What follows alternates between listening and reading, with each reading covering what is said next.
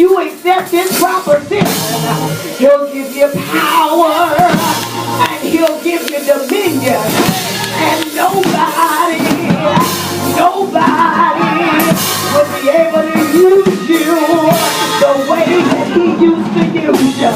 Is there anybody that feels more powerful since you've accepted God's proposition? Is there anybody that feels stronger since you accepted God's proposition? He made me mighty. He made me forceful. That's the dominion that he promised. I expect to be delivered. I expect abundance. And I expect dominion. God promised me, and I'm willing to wait on God's promise. But I fear in the house this morning that somebody has a whole bad spirit. So I need you to encourage them not to panic before the promise. I dare you to look at your neighbor and say, come on, Hobab, and take this journey with me.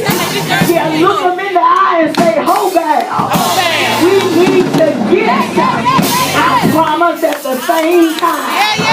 I don't want to be blessed, Hobab, and you don't get blessed.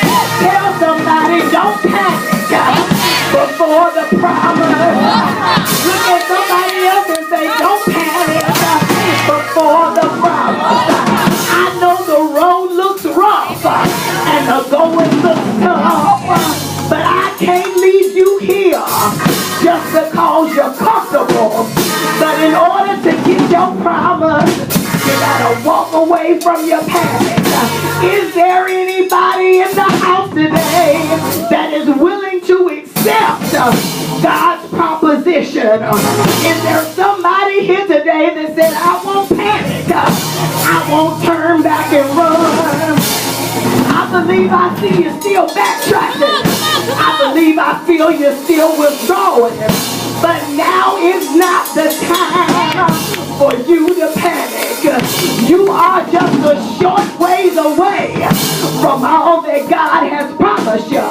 So pull yourself together and get past your panic. Don't be afraid, baby. Don't you even think twice. What God has promised you, Donovan, is going to be worth it. Is there somebody here today that says, God promised me something and I'm ready to get what God promised? Well, I have just one question for you in the house today. What will you do to get your promise? I need to know where the rubber meets the road when it comes to your promise. What will you do to get what God told you? Will you serve him for your promise? Will you forgive the unforgivable just to get your promise? What will you do for your promise? I need some people, just the real folk today, to look your neighbor in the face and say, I'll do whatever it takes to get my promise. So I need you to mean it this morning. I want you to look at somebody and say, I'll do whatever it takes to get my promise. I'll sweat my time out to get my promise. I'll let these clothes up if it means I get my promise. You don't know how long I've been waiting on my promise, so I'll do whatever it takes to get what God promised me. You don't know how much this promise has cost me, so I'll do whatever it takes to get my promise. I'll run up and down these aisles if it means my promise. I'll roll all over this floor if it means my promise. I'll count these shoes until the caps fall off if it means my promise. I'll put my face down to the floor to get my promise. know, what will you do to get what God has promised you?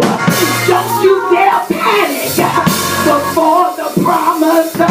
Don't you give up before God says it is done. I need to know, what will you do to get your promise? Well, let me tell you, I need you to look at your neighbor and say, neighbor, please forgive me for what I'm about to do to get my promise.